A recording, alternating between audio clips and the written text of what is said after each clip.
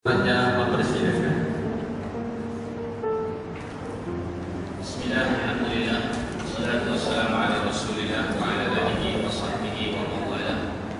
Alhamdulillah hamdan katsiran tayyiban mubarakan fihi kama yuhibbu rabbuna wa yarda. Alhamdulillah wa bi ni'matihi tatimmus shalihat. Terima kasih kepada saudara Syamil, kursi majlis, Ustaz Muhyiddin, tuan-tuan haji, puan-puan hajah, sidang pendengar yang dirahmati Allah Subhanahu wa taala sekalian. Di hadapan ada satu ayat, yaitu daripada surah yang ke-38, ayat yang ke-29. Mari kita baca sama-sama ayat yang terpapar di skrin hadapan ini daripada surah Shad. Firman Allah Subhanahu wa taala, A'udzu billahi minasy syaithanir rajim. Kitabun anzalnahu ilaika mubarak liyadabbaru ayatihi wa liyatadhakkara ulul albab. Shadaqallahul azim. Kitabun anzalnahu ilaika mubarak. Kitab anzalnahu, diturunkannya, ilaika, kepada Nabi Muhammad sallallahu alaihi wasallam. Mubarak atas wazan mufa'al, iaitu bahasa mudah kita selalu kita sebut barakah. Apa itu barakah? Berkat. Apa itu berkat? Barakah. Dia ulang kat situ, tak apalah. Tapi barakah itu antara lain dengan makna asasnya adalah ziyadatul khair atau thubutul khair. Yang pertama adalah ziyadatul khair, iaitu kebaikan yang bertambah. Jadi kalau kita ada satu kebaikan dan kemudian dia bertambah, maka itu adalah salah satu daripada karakter barakah. Apa yang bertambah? Contohnya satu orang dia ada harta. Dia ada RM1,000. Kalau kita letakkan dalam nilai ringgit, ada orang dapat RM1,000, takkan apa-apa habis. Lepas tu tanya dekatnya, apa jadi RM1,000 tu? Tak tahu apa. Habis macam tu kan. Tapi ada orang dia dapat RM1,000. Tanya dia buat apa RM1,000 tu? Oh, RM1,000 ni dia guna untuk sara keluarga dia. RM1,000 ni dia guna untuk pakaian dia. RM1,000 ni dia guna untuk bantu ahli keluarga yang bukan anak panah dia. Dia bantu adik-beradik dia, dia bantu mak ayah dia. RM1,000 tu dia boleh bantu pula. Ada Pak Long Mat dekat hujung kampung tu, miskin. Tiap-tiap bulan dia hantar dekat Pak Long Mat tu sekampit berat. RM1,000 lah. Bertambah tak kebaikan dia tu? Walaupun nampak RM1,000 tapi bertambah. Ziyadatul khair atau subutul khair, ataupun kebaikan itu menetap. Ada satu orang dia dapat kebaikan, tapi kebaikan itu tak tetap pada diri dia. Kebaikan itu pergi dekat orang lain. Tapi ada orang yang dia subutul khair, kebaikan itu menetap dekat diri dia. Sebab itu antara maksud lain bila bercakap tentang barakah ada kaitan dengan barak. Apa dia tu? Kalau kita pergi tanah Arab, ada unta. Unta ni dia buat apa? Dia akan jalan, kemudian dia akan duduk. Bila dia duduk, dia buat apa? Menetap. Dan bila dia menetap, dia buat apa? Dia tak ada sekok dia dah. Sekok ke sorak? Sekok. Dia tak ada sekok dia dah.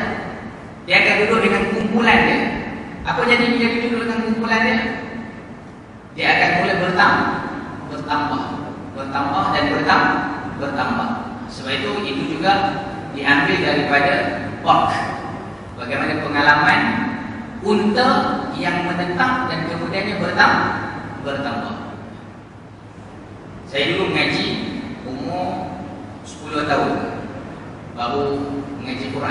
Sebelum tu ngaji juga, tapi celup-celup. Duduk dekat Shah Alam. Masa tu saya umur 7 tahun. Saya lari daripada sekolah. Umur 7 tahun. Bukan lari dari sekolah, nak pergi jalan-jalan. Waktu sekolah tak pergi sekolah, sekali itu je lah. Pergi jalan-jalan. Daripada rumah saya tu, kalau orang Shah Alam boleh tahu lah, saya seksyen 16. Pergi ke kompleks PKMS seksyen 14. Tak jauh mana lah. Kalau daripada sini ni mungkin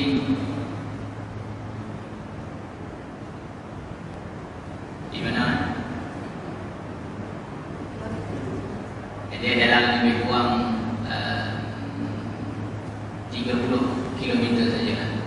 20 lebih kilometer macam tu. Saya darjah 1, saya bawa adik saya umur 5 tahun. Orang jalan kaki, gede-gede. Sampai dekat kompleks PKNS, pergi jalan kaki. Qadar Allah temukan saya dengan ayah saya dekat kompleks tersebut. Ayah saya kerja nu kat KL tu, tapi kebetulan dia ada appointment dekat kompleks tu. Tengah-tengah naik tangga, alamak, ayah. Kantoi. Sebab membesar masa tu di kawasan Setinggan. Bukanlah masalah setinggan, tapi masalahnya sosialnya terlalu susah untuk dikawal, dan akhirnya dihantar ke kampung. Duduk dengan atuk. Bermula umur 10 tahun saya duduk dengan atuk saya dekat Bagan Serai, Perak. So start umur 10 tahun belajar ngaji dengan atuk. Umur 11 tahun saya khatam Quran. Bila saya khatam Quran, pas atuk saya guru Quran. Jadi saya pun diamanahkan untuk mengajar Quran pula. Jadi umur 11 tahun saya dah start mengajar Quran. Jadi mengajar Quran dekat anak-anak murid atuk lah. Taklah mengajar apa sangat pun, kita mengajar yang bacaan Quran lah. Jadi bila umur 11 tahun tu mengajar. Atuk saya mengajar saya daripada umur 10 sampai 11. Setahun ya.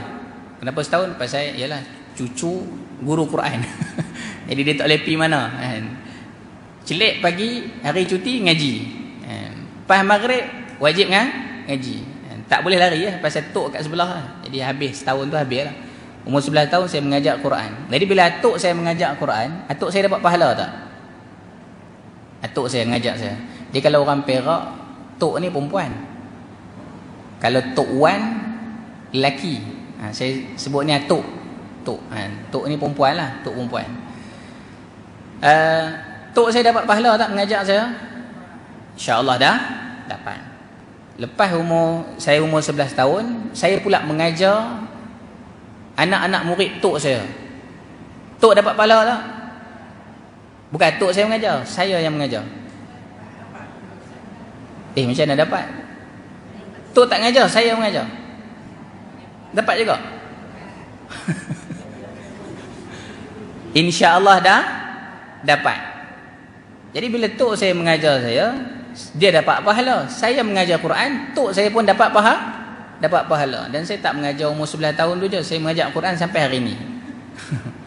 Tok dapat pahala. Tok tak mengajar pun, saya duduk mengajar ni. Dapat lagi. Uish, untunglah. Masih dapat. Dan alhamdulillah saya diamanahkan untuk melatih pengajar Al-Quran. Jadi Al-Quran, saya mengajar Quran dan saya melatih orang yang mengajar Al-Quran pula. Jadi bukanlah di bawah saya, maksudnya orang yang belajar kemudian yang dia mengajar pula orang lain. Saya tak ajar. Pelajar-pelajar saya yang ajar orang lain Quran.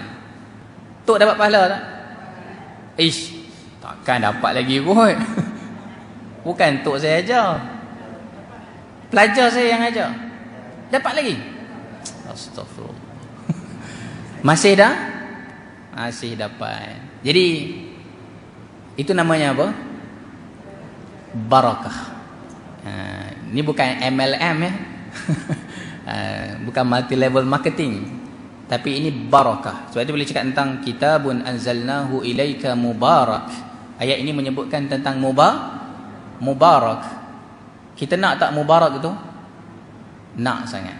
Jadi siapa yang nakkan mubarak, keberkatan, maka salah satu daripada keberkatan, saya ada menulis tentang 99 kaedah menjemput barakah. Dan ini salah satu daripada 99 kaedah tersebut. Kita bincang satu dulu dah lah kan. Kalau banyak-banyak dia kadang-kadang tak terbuat. Jadi kita buat satu dulu. Apa dia? Tengok ayat ni. Liyadabbaru ayatihi. Liyadabbaru ayatihi maksudnya apa?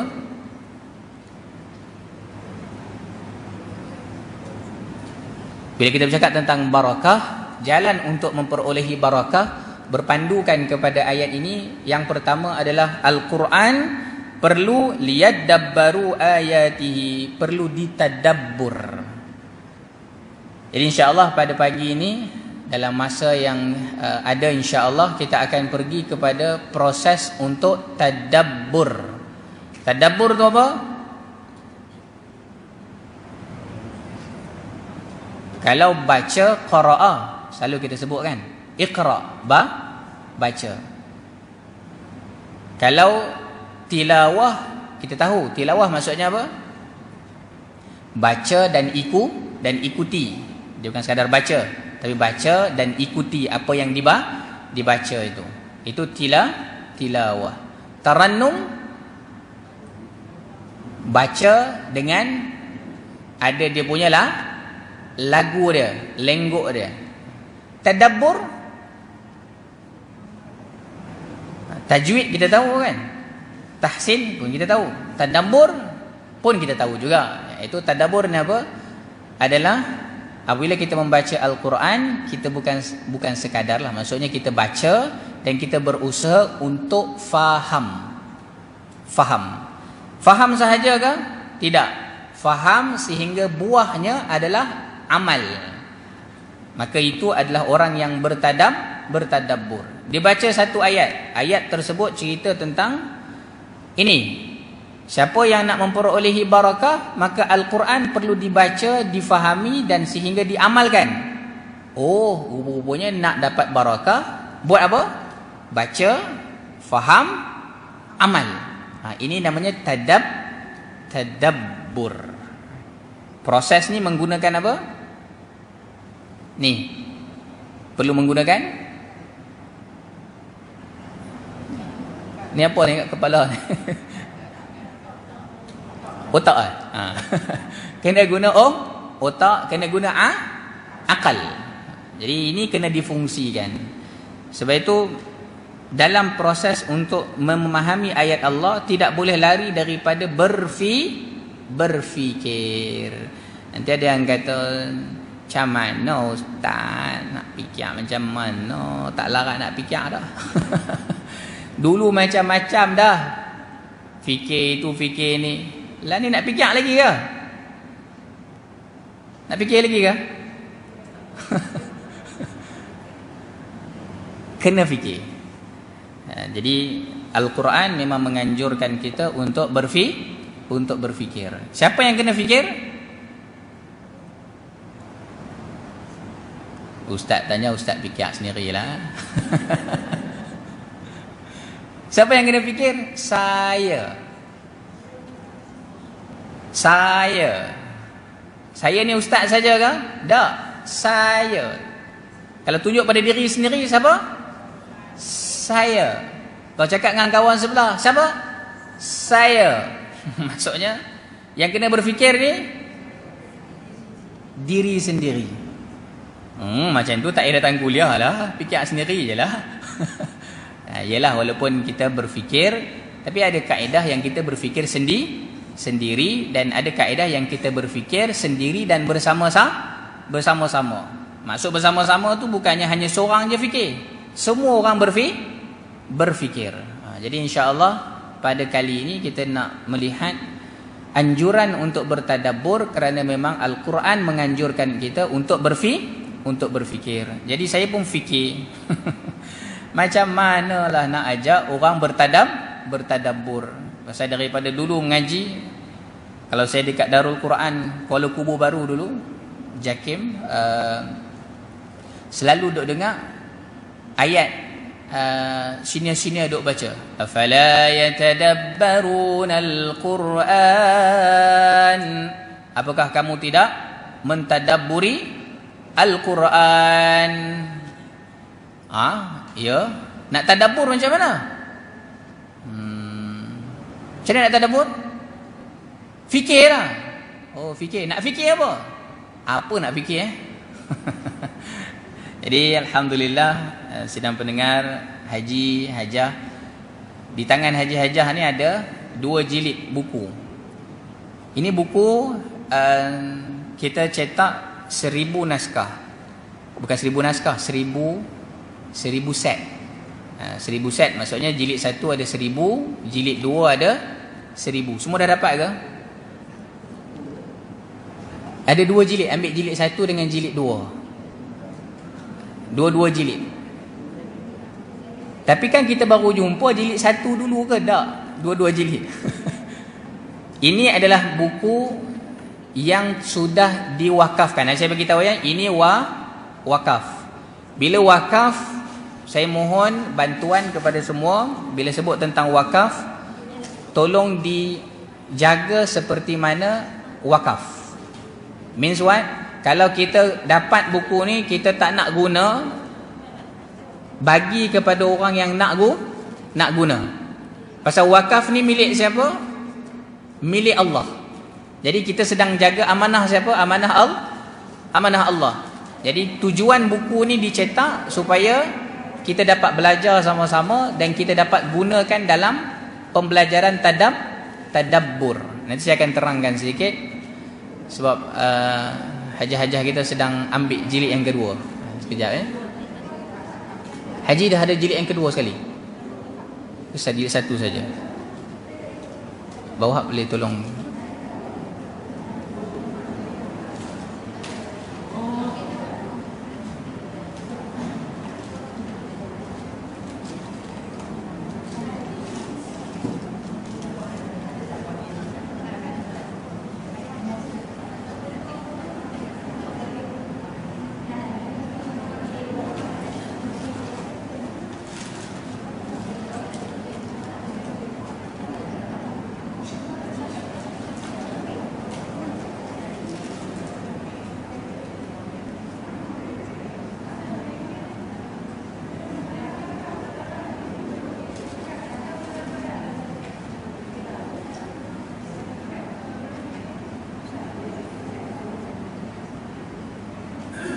Baik, selesai? Selesai insya-Allah. Baik. Allahumma salli ala Muhammad wa ala ali Muhammad. Jadi sekali lagi, bila bercakap tentang fikir, macam mana nak berfikir, kita ajak orang bertadabbur. Dulu saya bila ajak orang tadabbur, saya kata tadabburlah. Macam nak tadabbur? Fikirlah. Macam nak fikir? Lu fikirlah sendiri. Kan? Tapi bila kita jumpa dengan ramai orang, rupanya perlu kepada panduan. Jadi sebab itu saya mengkaji buku ni semenjak tahun 2019. Ni asasnya daripada Syekh Abdul Rahman Habban Nakah. Kitab asalnya dalam bahasa Arab. Itu kitab asal. Yang ini adalah kitab yang saya sudah ringkaskan. Kita buat kajian, kita ringkaskan, dan kita menggunakan bahasa yang paling ringan dan contoh yang paling mudah. Walaupun paling ringan dan paling mudah, of course, dia perlu dipelajarilah bersama-sama, insya-Allah. Sekali lagi, buku ni wakaf. Ia diwakafkan oleh para penyumbang yang mewakafkan harta mereka. Mereka beli buku ni, mereka beli dan mereka bagi balik dekat saya, ustaz, ini wakaf. Jadi saya tak boleh jual. Ini bukan untuk dijual. Ini wakaf. Jadi wakaf saya perlu serahkan kepada orang yang memang nak belajar. Sekali lagi, kalau kita dapat buku ni, katakan, ustaz, saya dapat buku ni tapi saya tak nak belajar. Tolong bagi kepada orang yang nak belajar. Jadi kita dah cetak 1000 set dan insya-Allah tolong doakan, kita usahakan untuk dapat lagi 3000 set. Jadi 4000 set. Tujuannya apa? Kita nak menggerakkan tahun ini di seluruh Malaysia. Paling tidak, bila cakap tentang tadabbur, nak buat macam mana tadabbur? Nah, kita berikan panduannya, insya-Allah. Okey, baik. Jadi berfikir kita menggunakan buku yang ada di tangan ini. Buku ni ada 40 kaedah. 40 banyak je. 40 ni nak belajar waktu bila? Sudah. Lah buku ni dia letak dekat dalam almari dia. Tak jadi juga usaha kita. Tak. Sebab itu sidang pendengar Haji Hajar, saya bawakan dekat depan ni ada 7 kaedah yang sudah saya ringkaskan. Jadi ini 7 kaedah untuk pemula. Orang yang dah mahir tadabbur, ya Allah silakan. Yang baru nak belajar tadabbur, ya Allah, inilah kaedah yang kita dah test, dan inilah yang paling mudah. Dalam buku tak ada lah yang ini. Cuma nanti saya akan bagi tahu dekat bab-bab mana. Baik, tengok ya. Dalam 7 kaedah ini, kalau tengok tadabbur dan juga tazakkur itu tak apa, nanti perlahan-perlahan kita pergi. Tapi yang pertamanya, untuk memahami bagaimana untuk bertadabbur, kaedah yang pertama adalah melalui ayat fawasil. Ada tak dalam buku ni ayat fawasil? Iaitu memberi perhatian kepada sambungan ayat. Kalau tengok dekat dalam buku ni, jilid yang kedua. Tengok jilid yang kedua. Kaedah yang ke-27. Tengok dekat bahagian isi kandungan tu. Bahagian isi kandungan. Kaedah 27. Ada tak? Ada kan? Nanti insya-Allah kita akan pergi pada kaedah yang pertama. Untuk pertemuan kali ini sahaja. Ada berapa lagi kaedah? Yang mudah ada 6 lagi kaedah. Iaitu kaedah kalimah la'alla, kalimah bala, kemudiannya kaedah perumpamaan, kemudiannya kaedah ungkapan berbeza dalam nas yang berbeza, kemudian kaedah percakapan Allah ditujukan kepada siapa, dan kaedah fi'il madhi. Ini dah mula kepada masuk kemahiran bahasa Arab tu sendiri. Jadi ada berapa kali pertemuan? 7 kali. Bila nak jumpa, wallahu a'lam. Tapi ini paling tidak kita bermula dengan kaedah yang pertama ni, dan insya-Allah nanti bolehlah nak belajar dekat guru-guru dekat sini. Saya yakin ramai ustaz-ustaz boleh bawa jumpa dengan ustaz-ustaz, tunjuk, ustaz kami nak belajar kaedah untuk kalimah la'alla. Tanya. Insya-Allah ustaz-ustaz yang memang mahir bidang Al-Quran mereka tahu semua ni, insya-Allah. Kalau tidak pun nanti tengoklah kita rancang balik macam mana, insya-Allah. Jadi ini kaedah yang pertama. Kita pergi pada kaedah yang ke-27, iaitu ayat fawasil. Halaman berapa tu? Halaman 63. Baik, bismillah. Tengok halaman yang ke-63. Halaman 63.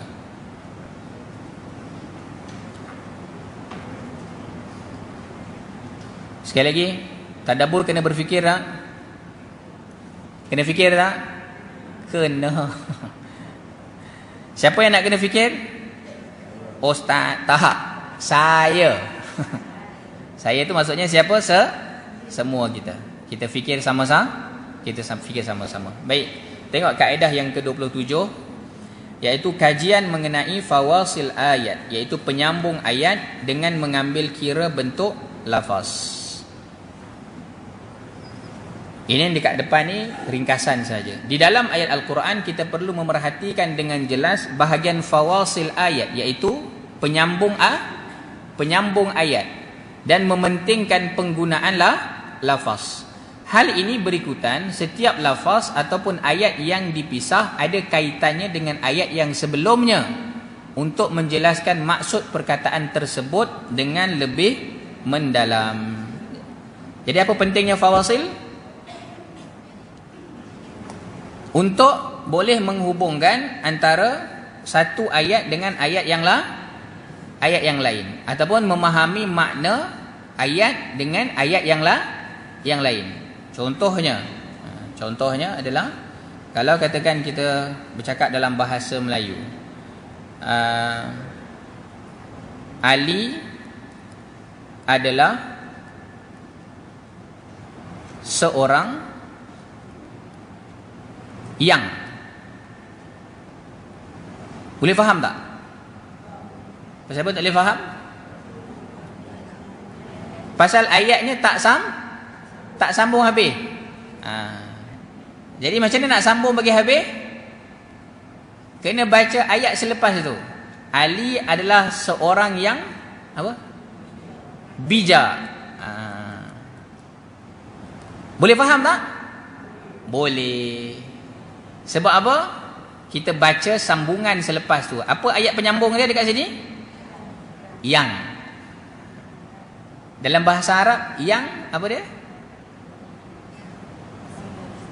Habibi. Lah, itu sayang. Alladhi. Dalam bahasa Arab adalah alladhi.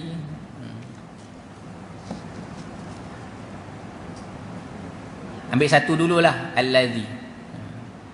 Alladhi dalam Quran banyak ke sikit? Banyak. Berapa banyak? Berapa banyak tu? Alladhi. Tattaqira. Tak terkira. Baik. Kita tengok kalimah allazi dalam Al-Quran ada berapa banyak? Allazina. Saya tekan sini. Tengok kalimah allazi. Kalimah allazi dalam Al-Quran ada 1468 kali. Berapa kali? 1468 kali. Berapa hari nak baca ni? Jadi kajian Al-Quran, tadabbur allazi sahaja, kalau nak kuasai allazi sahaja tak habis. Allazi. Apa fungsi tadi allazi tadi? Fungsinya adalah supaya kita jelas penyambungannya, menjelaskan tentang apa, dan itu menyebabkan orang yang membaca dia faham, oh ini. Dia tak berhenti pada satu sahaja. Dia akan pergi pada yang lain lagi. Contoh yang paling mudah. Sedang dengar Haji Haja, kita pergi contoh yang paling mudah. Contoh yang ada dekat dalam buku. Apa contoh dalam buku tu? Surah Al-Ma'un. Dekat mana ada allazi? Ara'aita allazi yukadzibu bid-din. Allazi dekat situ. Ara'aita allazi maksudnya apa? Apakah engkau tidak melihat siapa? Nak lihat siapa? Yukadzibu bid-din. Orang-orang yang mendustakan agama. Siapa orang yang mendustakan agama? Siapa orang yang mendustakan agama? Dijelaskan lagi. Fadzalikal ladzi yad'ul yatim. Ada tak allazi kat situ? Allazi. Mereka itu adalah orang-orang yang ini isim isyarat ni menunjukkan siapa? Dia yang yad'ul yatim. Apa maksud yad'ul yatim? Orang-orang yang menghalang bantuan kepada anak yatim. Oh, macam mana orang-orang yang menghalang anak yatim dapat bantuan ni? Jadi mereka ini termasuk dalam kalangan siapa? Yukazzibu bid-din. Orang yang mendustakan agama. Sambungan ada lagi tak allazi kat situ? Wala yahuddu ala ta'amil miskin. ada kalimah waw dekat situ. Kita bukalah ayat Al-Qurannya, senang ya, tengok. Surah Al-Ma'un. Surah Al-Ma'un surah yang ke-107. Fadzalikal ladzi yad'ul yatim, orang yang berlaku zalim kepada anak yatim. Habis tak dekat situ? Belum habis. Pasal apa kita tahu tak habis? Ada penyambung lagi kat situ. Apa penyambung dia? Wala yahuddu ala ta'amil miskin. Apa dia? Dan ia tidak menggalakkan untuk memberi makanan yang berhak diterima oleh orang miskin. Bukan dia tak bagi makan, dia tak galakkan pula. Dia satu tak bagi. Dia saja ke tak bagi? Tak.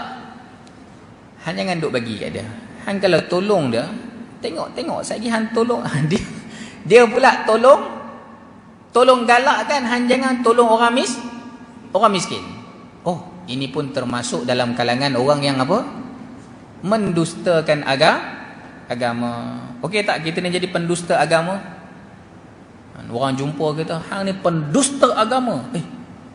Pasal apa pula aku pendusta agama? Rupanya ni. Kan? Kita ada ciri-ciri ni. Habis dah dekat situ? Tak habis lagi.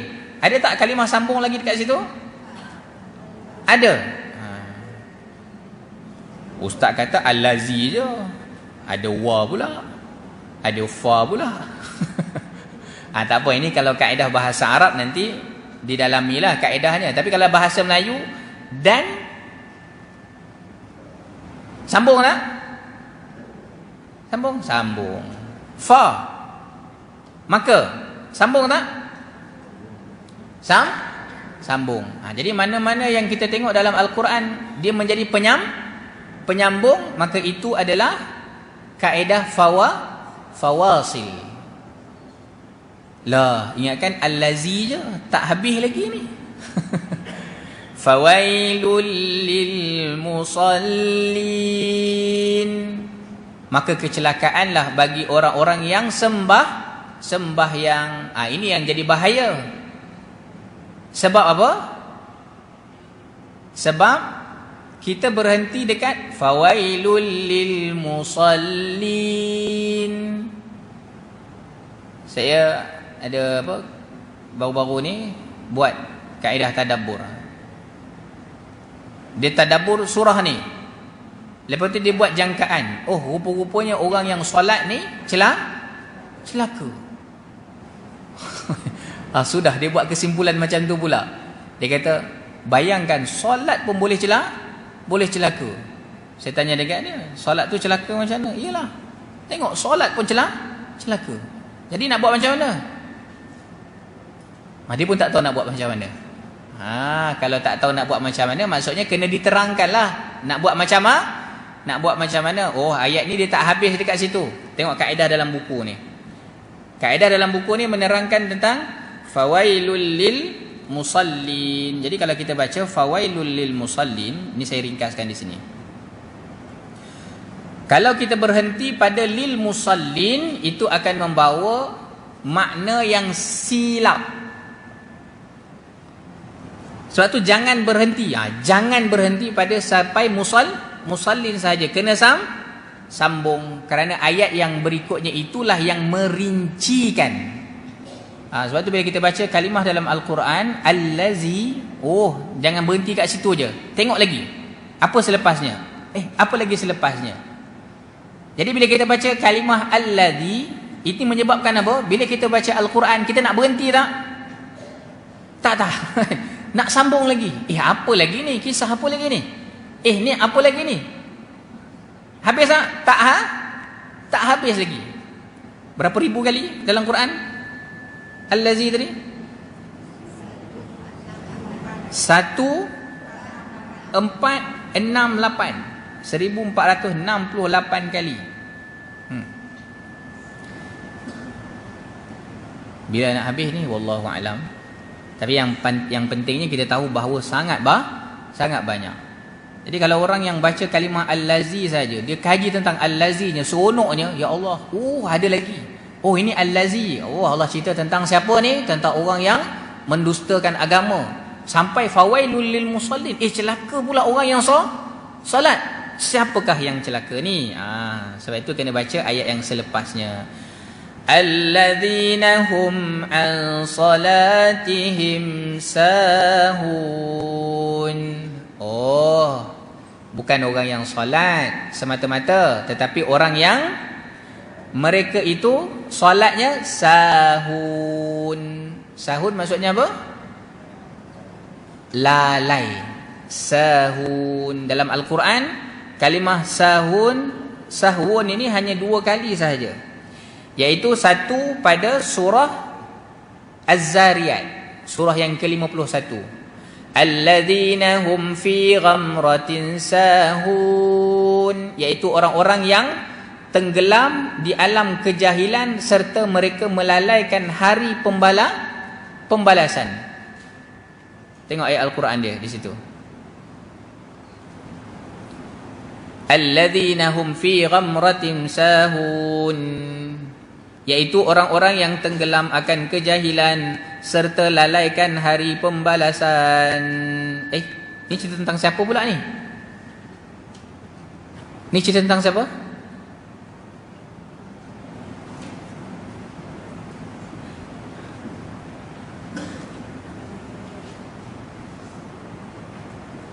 Yang bijak.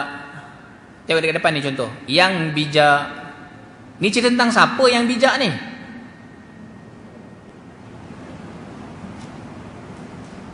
Kena baca yang sebelum lah.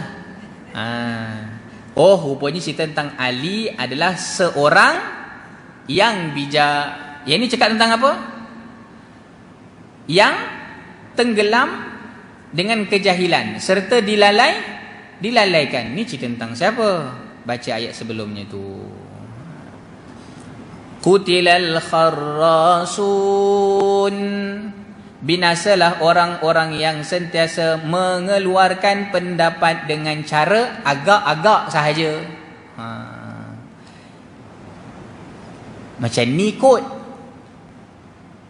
Saya pun tak pasti, tapi rasanya duk main rasa-rasa boleh tak? Boleh, silakanlah main rasa-rasa. Tapi Allah kata apa? Qutilal kharrasun, binasalah orang-orang yang pendapat mereka ni main rasa-rasa. Pasal siapa yang main rasa-rasa ni dulu? Bani Israel. Mereka mengeluarkan pendapat mereka rasa-rasa. Oh, rupa-rupanya yang rasa-rasa ni, dia ni lah orang-orang yang, kenapa orang boleh keluarkan pendapat rasa-rasa? Pasal apa? Fi ghamratin sahun. Pasal dia berada dalam keadaan yang tenggelam dengan kelalaian. Pasal tak ingat akhirat. Dia tak tahu pendapat dia hari ni, kalau dia main rasa-rasa, kesan dia sampai akhirat ke sampai hari ni je? Katakanlah satu orang tanya dekat dia, apa hukum satu orang beli handphone daripada kawan dia secara terpaksa? Kawan dia tu tak ada duit, kawan dia pun nak jual dekat dia. Harga handphone tu 3,000. Tapi pasal kawan tak ada duit, kawan tu kata, hang belilah 500 pun jadilah. Pasal aku tak ada duit. Boleh beli ya? Pasal kawan tak ada duit. Kita nak tolong dia, boleh beli tak? Saya rasa macam boleh. Pasal kita nak tolong dia. Boleh ke tak boleh? Macam boleh. Ni ketuk kepala dah. Kesan dia nampak macam bagi jawapan waktu tu nampak cerdik tak? Nampak cerdik tak? Orang tanya waktu tu, bagi jawapan waktu tu, nampak cerdik tak? Nampak cerdik lah. Oh, boleh keluarkan jawapan dia nah. Tapi rupanya jawapan tu salah ke betul? Jual beli terpaksa, dibenarkan ke tak dibenarkan?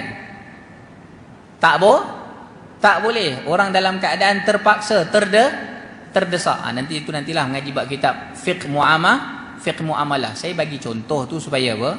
Supaya kita ni jelas. Oh, jangan saya kerana nak bagi pendapat pada waktu itu, yelah dia kan tolong, apalah salahnya kita ni bantu orang tengah susah. Saya dapat handphone, dia dapat duit, kan bagus macam tu. Nampak macam bagus. Sekali dia beramal dengan pendapat tu, kesannya dekat mana? Dekat dunia saja ke? Fi ghamratin sahun. Sebab itu orang yang melalaikan akhirat, orang yang macam ni, watch out.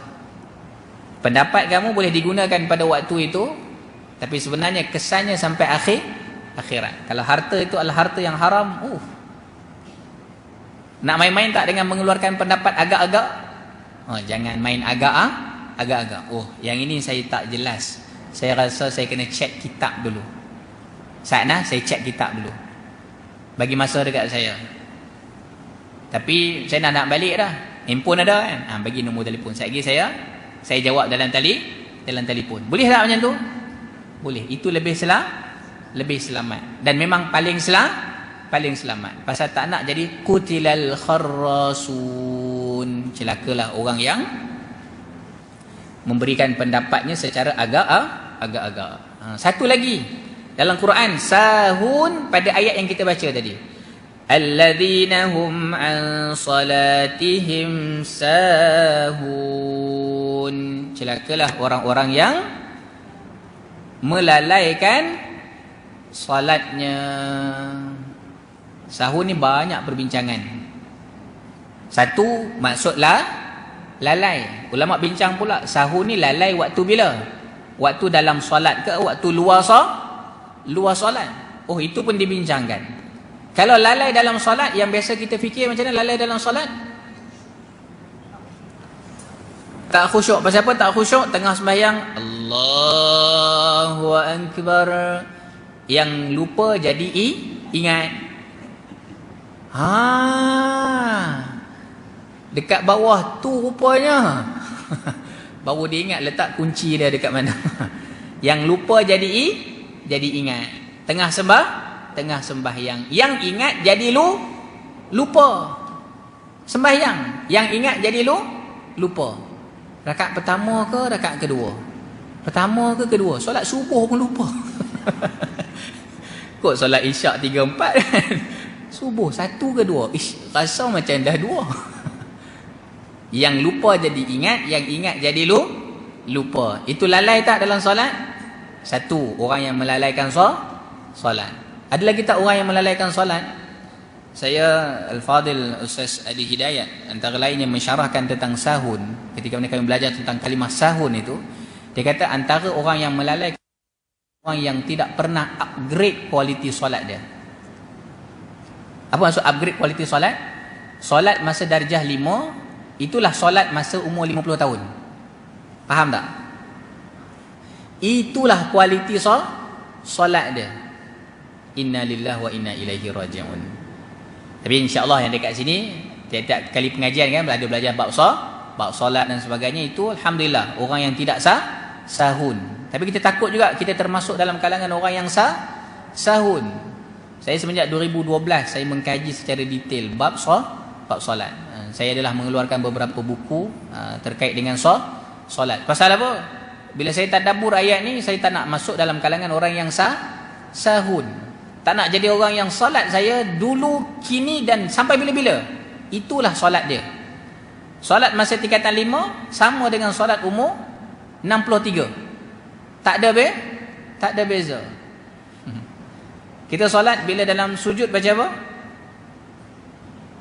Subhana rabbiyal a'la wa bihamdi. Ada bacaan lain tak?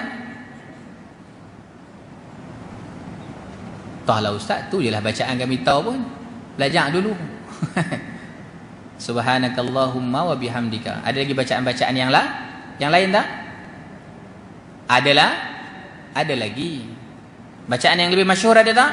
Ada lagi. Bacaan kami tadi salah ke? Tak salah. Maksudnya ada beberapa bacaan lain yang kita boleh baca ketika mana rukuk dan juga sujud. Oh, ada lagi. Kalau dia kata ada lagi tu maksudnya dia upgrade lah tu. And daripada darjah 5 dulu belajar Subhana rabbiyal a'la wa bihamdi, umur 50, oh ada lagi bacaan lah lain. Baca ketika mana sujud berapa kali tasbih? 1 ke 3 kali? 3 kah? 3 kali. Ada lagi tak lebih daripada tu?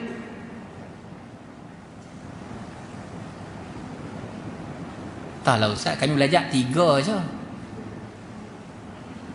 Nanti cek balik dalam kitab. Pasal kajian saya dan juga tim saya, bacaan bukan hanya terhenti sampai 3 kali. Bahkan dia sampai 5 kali, 7 kali, 9, 10, 11 kali. Kami baca 3 kali je, rasanya 3 je dah cukup dah. Tak apa. Nanti bab yang lain. Saya yakin dan percaya insya-Allah di sini ada guru yang mengajarkan tentang solat. Saya berikan contoh tu sebab apa? Sahun. Apa maksud sahun? Orang yang melalaikan solat. Kita ni termasuk tak dalam kalangan orang yang dicelakakan? Takut-takut termasuk. Sebab itu bila ada sahaja anjuran untuk belajar macam mana memperbaiki kualiti solat, belajarlah. Saya ada beberapa kajian tentang memperbaiki bacaan, memahami makna dalam solat, dan kajian terbaru saya adalah terkait dengan khusyuk dalam solat. Ada formula rupanya untuk khusyuk. Ada formula tak? Ada. Dan formula itu bukan formula saya. Itu formula yang ada dalam Quran dan juga sunnah. Dan cuma kita keluarkan balik, kita cuba buat apa yang dilakukan oleh orang-orang yang telah berjaya. Itu je. Baik, sidang pendengar yang dirahmati Allah Subhanahu wa taala, ini kaedah yang pertama. Apa kaedahnya? Ayat fawasi. Baru kita bercakap tentang alladhi, yang ada berapa kali? 1468 kali. Kalau kita lihat lagi ayat-ayat yang lain dalam nota, dalam buku tu ada ya. Dalam buku tu bukan hanya sekadar itu saja. Dalam buku itu ada dalam contoh surah Muddathir. Ada tak dalam buku? Surah Muddathir.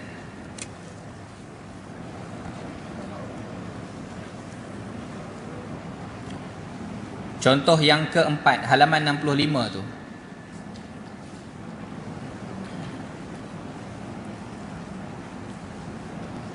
Ada kan? Itu kalimah fi jannati yatasaalun 'anil mujrimin. Fi pula dekat situ. Kata penyambung dekat kalimah fi. Surah Muddathir surah yang ke berapa? Surah yang ke 74. Tadi ada 1468. Alladhi. Kalau kita pergi pada fi pula, ayat berapa tadi ni? Ayat 40. Ayat 40. Fi. Saya sampai jam apa? 10.30 ya. Dah lewat ya. Saya habiskan sikit lagi ya. Fi, tengok kalimah fi. Mereka ditempatkan di dalam syurga yang penuh nikmat. Fi jannati yatasaalun. Tapi siapa ni yang ditempatkan dekat sini?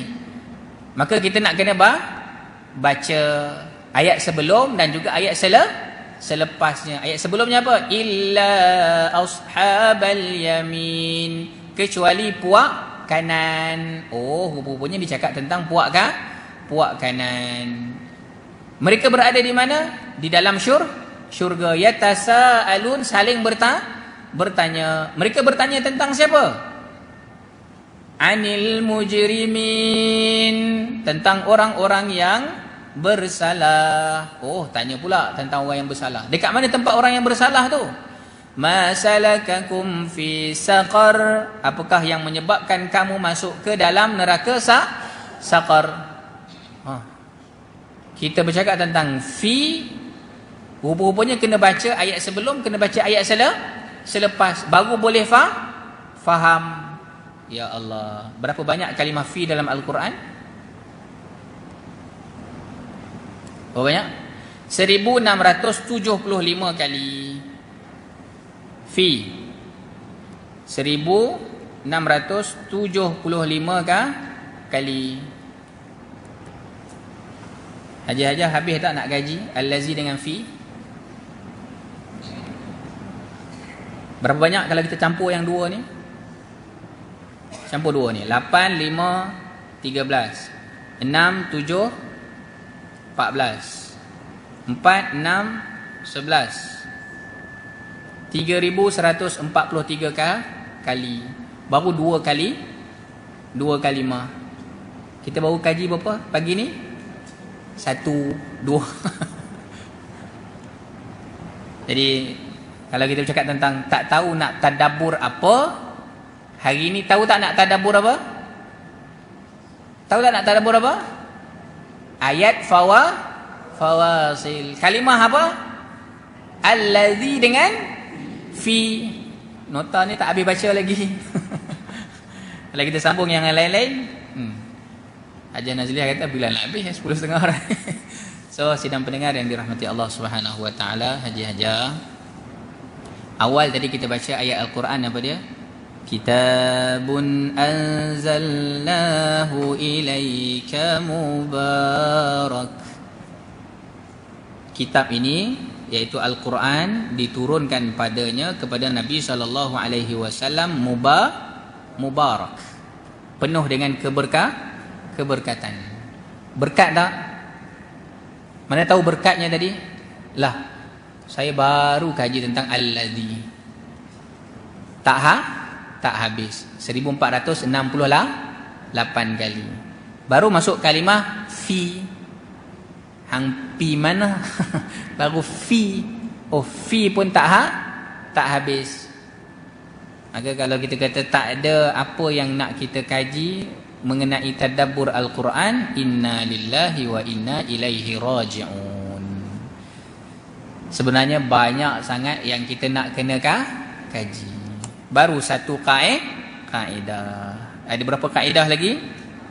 39 kaedah lagi. Kalau nak guna buku ni. Untuk pemula berapa kaedah? 7 kaedah. Dan 7 kaedah itu tadi yang saya tunjukkan. Inilah 7 kaedah dia. Iaitu yang pertama, memerhatikan ayat sambungan, perbezaan ungkapan dalam nas, perumpamaan, kalimah la'alla, percakapan Allah dituju kepada siapa. Saya baru selesai tahun lepas mengkaji tentang kalimah ya ayyuhallazina amanu sahaja. Ada berapa ayat? 89 tempat dalam Al-Quran. Itu pun nak buat kajian tu kena konsisten 100 hari. Boleh buat 100 hari. Ya ayyuhallazina amanu sahaja. Rupa-rupanya bila baca ya ayyuhallazina amanu, nak mengaku kita ni orang beriman malu. Malu pasal apa? Ya Allah, betul ke saya ni ya ayyuhallazina amanu? Banyak yang saya tak buat daripada yang buat. Baru ya ayyuhallazina amanu. Jadi ada banyak lagi yang Allah tuju kepada ya ayyuhan nas. Ada lagi. Kita ni mengaku manusia. Betul ke manusia ni? Ya ayyuhan nas. Kulu mimma fil ardi halalan tayyiba. Saya hari Rabu lepas di Radio IKIM saya menjelaskan tentang tadabbur ayat-ayat yang terkait dengan halal dalam rancangan Halal Profesional. Boleh tengok bolehlah dekat Facebook IKIM dah ada dia punya siaran ulangan dia. Tapi poin dia adalah betapa banyak isi kandungan Al-Quran yang kita boleh kaji. Dan kalau sebelum ni kita tanya nak tadabbur apa? Nah, hari ni ada berapa jilid? 2 jilid. Tolong sidang pendengar haji hajah, sekali lagi saya sebut ini wakaf. Wakaf milik siapa? Milik Hafiz Hamzah tak? Nama je Hafiz Hamzah dekat depan tu pasal saya mengkaji sebagai penulis dan pengkaji. Tapi milik siapa? Milik Allah. Bila milik Allah, tolong jaga. Sekali lagi, siapa yang nak belajar menggunakan kitab ni, ya Allah. Tapi rasa-rasa saya tak nak belajar pun, saya rasa tadabbur tak penting pun dalam hidup saya nak bagi dekat orang lain. Tolong bagi dekat orang lain. Bagi dekat orang yang nak belajar. Sebab itu kita tak bagi ambil untuk kawan-kawan. Hanya yang datang saja ambil. Pasal apa? Saya nak kena sampaikan ni. Pasal kalau saya tak sampaikan, takut-takut dia ambil, lepas tu dia letak dekat bawah katil dia, sampai kesudah dia tak guna, sampai kesud. Jadi kita tak nak macam tu. Kita nak digunakan. Jadi insya-Allah nak gunakan itu, ini salah satu kaedahnya. Saya datang sini, kita belajar sama-sama, dan insya-Allah sebenarnya saya sedang merangka untuk tahun ini 4,000 naskah. Kita baru cetak 1,000 naskah. Dan insya-Allah lagi 3,000 naskah. Ini semua diwakafkan, bukan duit saya. Saya menjalankan amanah kerana saya khawatir ditanya oleh Allah, kamu tahu tadabbur, kamu buat apa? Jadi saya, apa lagi yang saya mampu? Inilah caranya. Jadi sidang pendengar yang dirahmati Allah Subhanahu wa taala, mari sama-sama kita mentadabburi ayat-ayat Allah Subhanahu wa taala dengan sebaik mungkin, insyaallah. Baik. Sebagai penutup, di sini ada doktor-doktor, pakar-pakar semua. Malam tadi pun saya berdiskusi dengan Dr. J. Dr. J, beliau adalah pakar selama 25 tahun. Beliau mengkaji tentang bakteria. Dia ni pakar dalam bakteria. Jadi dia mengkaji tentang bakteria baik. Dia gunakan bakteria itu untuk tumbuh-tumbuhan dan juga binatang. Digunakan itu. Jadi binatang dia bela kambing, bela itik, dia tak bagi makan macam kita bagi makan. Dia ada makanan yang spesifik dengan bakteria tu. Jadi dia punya kambing, dia punya itik tu, itik lah khususnya yang saya tahu, itiknya itu dia akan membesar ikut tumbesaran yang sepatutnya. Dia tak ada masalah tumbesaran. Satu.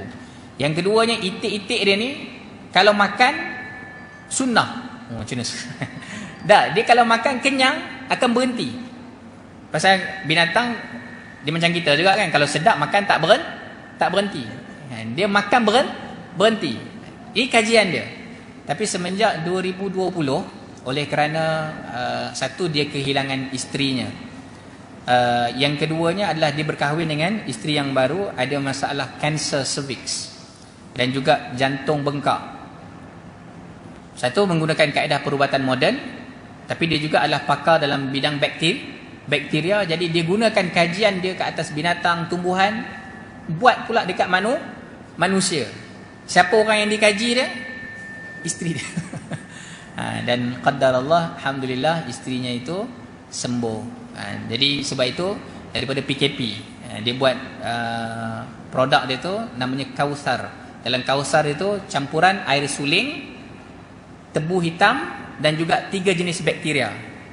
Dan 3 jenis bakteria ini berfungsi untuk usus, berfungsi untuk darah dan juga untuk oksigen. Jadi 3 jenis bakteria yang dia masukkan itu, biasanya kalau kita bercakap tentang probiotik, dia hanya untuk usus.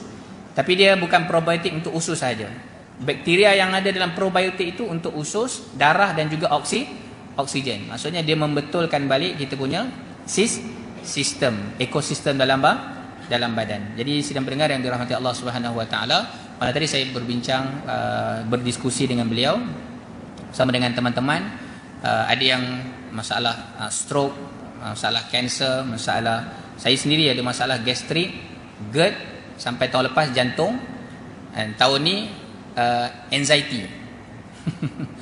Panic disorder. Bukan tahun ni lah, tahun lepas, panic disorder.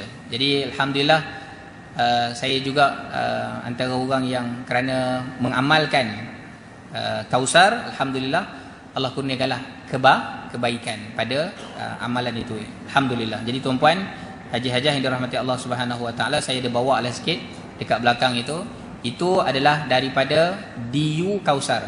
Apa itu DU Kausar? Dapur Ustaz Kausar. Dapur Ustaz Kausar ini adalah satu syarikat yang insya-Allah kita sedang membina dia punya kerangka untuk menuju ke arah wakaf bisnes. Maksudnya apa? Syarikat, tapi dia bukan milik saya lagi, dia adalah milik Allah. Wakaf bisnes itu sedang kita buat menuju ke arah itu, insya-Allah. Tolong doakan, mudah-mudahan itu sebahagian daripada usaha yang Allah redha lah, insya-Allah. Hazabillah wa taufik. Terima kasih kepada semua. Kita berjumpa lagi sekiranya diizinkan Allah untuk masa-masa yang akan datang. Subhanakallahumma wa bihamdika asyhadu an la ilaha illa anta astaghfiruka wa atubu ilaik. Bismillahirrahmanirrahim. Wal 'ashr innal insana lafi khusr illa allazina amanu wa 'amilus solihat wa tawasaw bil haqq wa tawasaw bis sabr. Assalamualaikum warahmatullahi wabarakatuh. Alhamdulillah.